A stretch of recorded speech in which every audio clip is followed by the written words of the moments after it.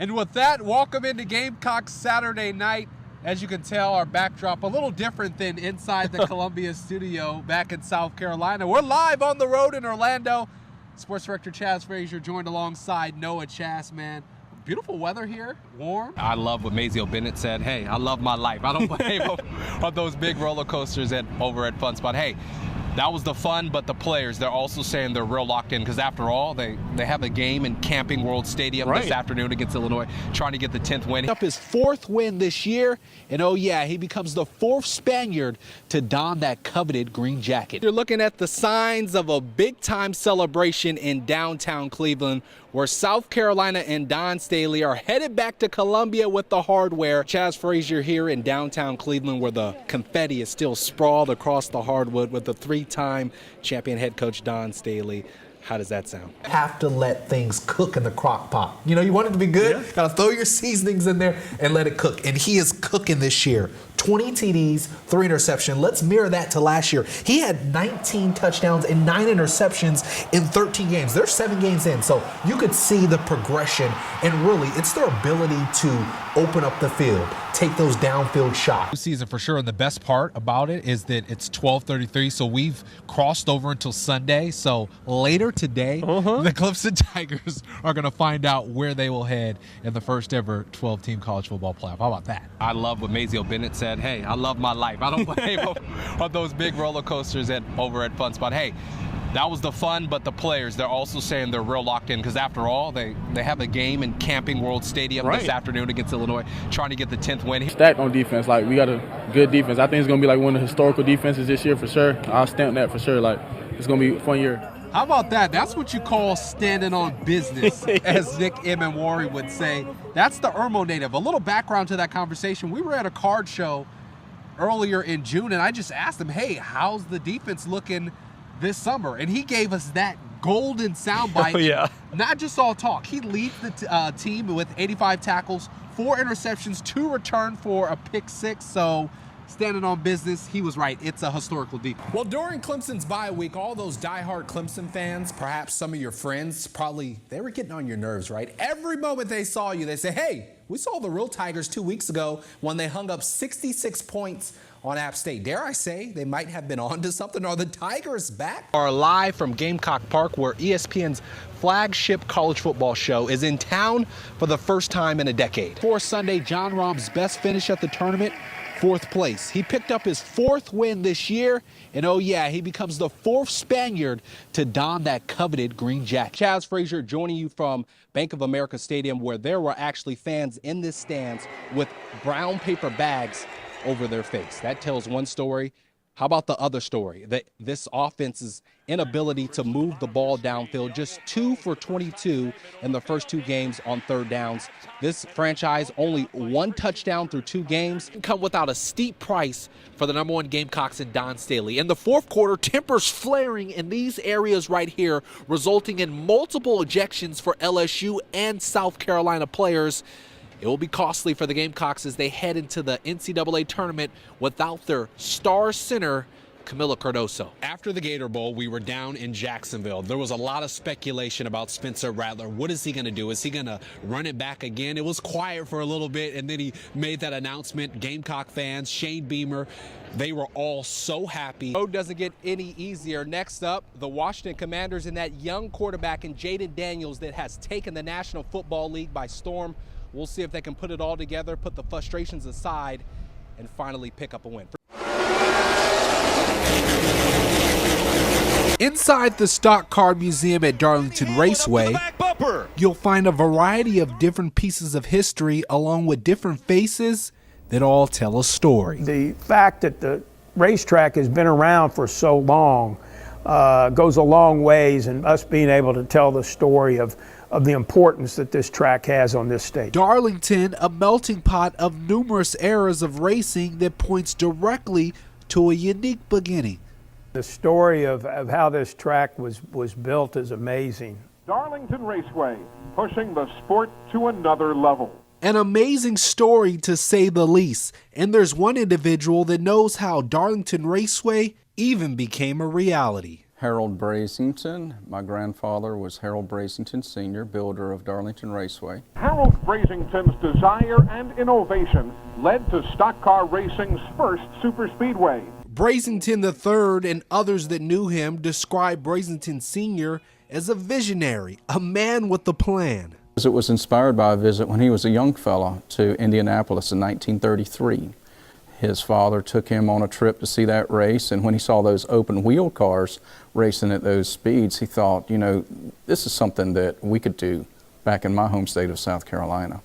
And, you know, it took a long time from 1933 to 1950, but, you know, he kept that dream going and eventually broke ground here in Darlington. Years later, his grandson looks upon all the history scattered across the stock car museum with a sense of pride. Although my family's had no connection to the track since 1953, it's all ancient history to me, that we get to come back to this racetrack and see what Granddad accomplished, and that his name is on a grandstand, and that people in NASCAR still think that's important to remember our legends.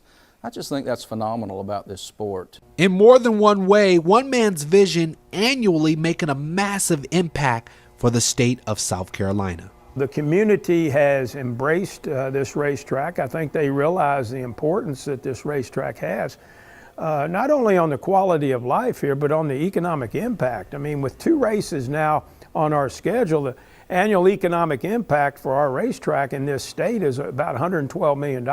It was a huge gamble when he introduced the idea to some local businessmen here in Darlington. A lot of them were skeptical, and there was some pushback in the community, but he had a dream, and he had enough people that believed in him and got behind him that these men pulled together and pulled off a really impossible task. A dream that may have been unrealistic to some, now having a major impact on the world of racing.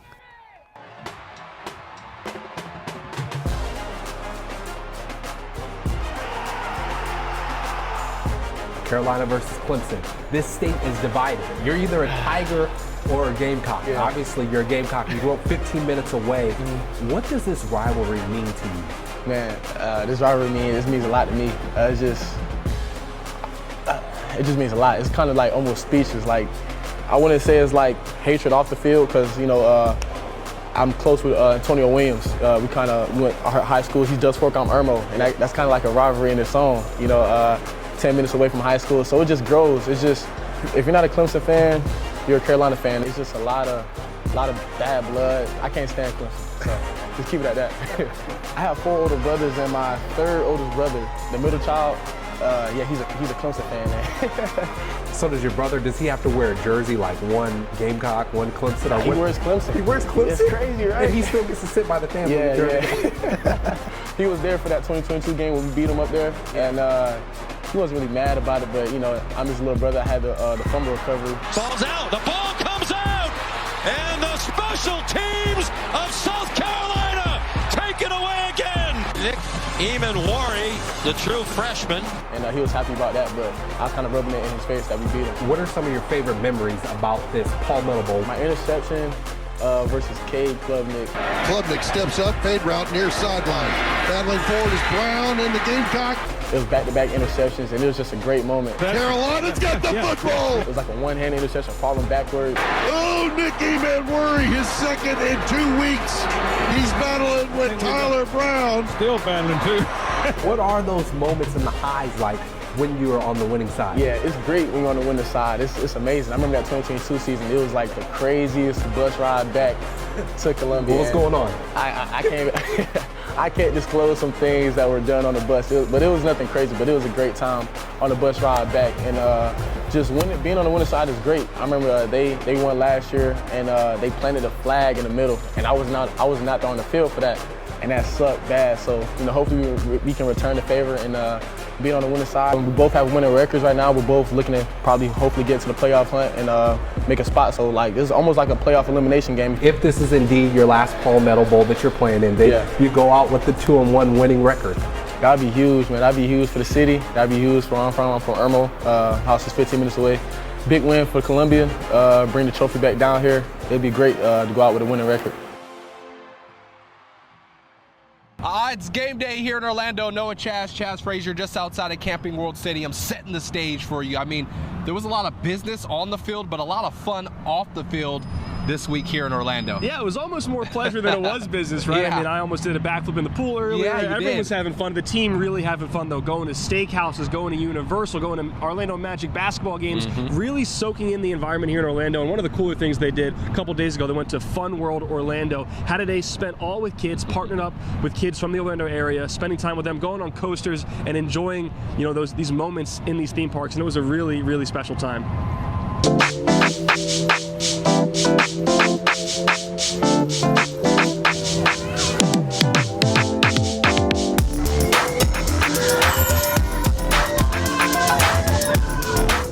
To be able to give back and be involved with the community and be a part of a great bowl game, it's awesome and really happy for them. They earn the right to come to a great bowl game like the Cheez-It Citrus Bowl, and excited for them to be able to have a lot of fun this week and be able to really make their impact felt beyond the field. It's crazy fun. It's so exciting, exhilarating. And what's your favorite part about doing all this? Scaring them. Scary though. What do you mean? He's chickening out a lot. This guy? Uh-huh. I won't do the big jobs. Can't do the big jobs. Wait a minute, so are you telling me you're tougher than that guy? Well, not in strength, but in like heights, yes, definitely. It feels like I'm gonna just fall straight into the ground. That's what it feels like. But you know, I ain't scream, bro. It wasn't me. I ain't scream. Get him to get it too, but he won't get on with me either. What's the hesitation? I love my life. And I probably should. That right there look like I'm risking a little too much, and I can't do it. You're trying to come back for a breakout year next season. That's what I'm saying. I got on that white light, and that thing went so fast. But I say, yo, this it for me. It meant a lot because I know growing up, you know, things like this really excited me. So, you know, and I have little brothers. So just seeing the smile on a younger person's face and when they're looking up to you, it means everything, honestly. They were walking with me, talking with me. It was pretty fun. How cool does it feel to know you got all these, you know, D1, like big football players with you in the theme park like that? Super cool. It's been a blast. It's like becoming a kid again, being able to walk with him, have fun, go to the rides that he wants to ride, play the games he wants to play. So it's been fun. Me and Josiah been in the front of every ride. Ain't that right, Josiah? Yeah. Yeah, in front of every ride. Rip Curl, he was in the front. He told me that it got better. We started going backwards. I said, it going backwards. He said, yeah, it got to go backwards. As soon as it went backwards. Hands up. Was it fun having Nick right next to you? I needed him. Yeah. How about you? We gotta get on that one next. I really gotta see how that feels, but you know, it's just a joy to be with my man right now. So we just enjoying everything. He said he needed you on that one. How does that feel to know that? Hey, that's what I'm here for. You know, I needed him too. I thought it was gonna be way worse than that. That wasn't that bad.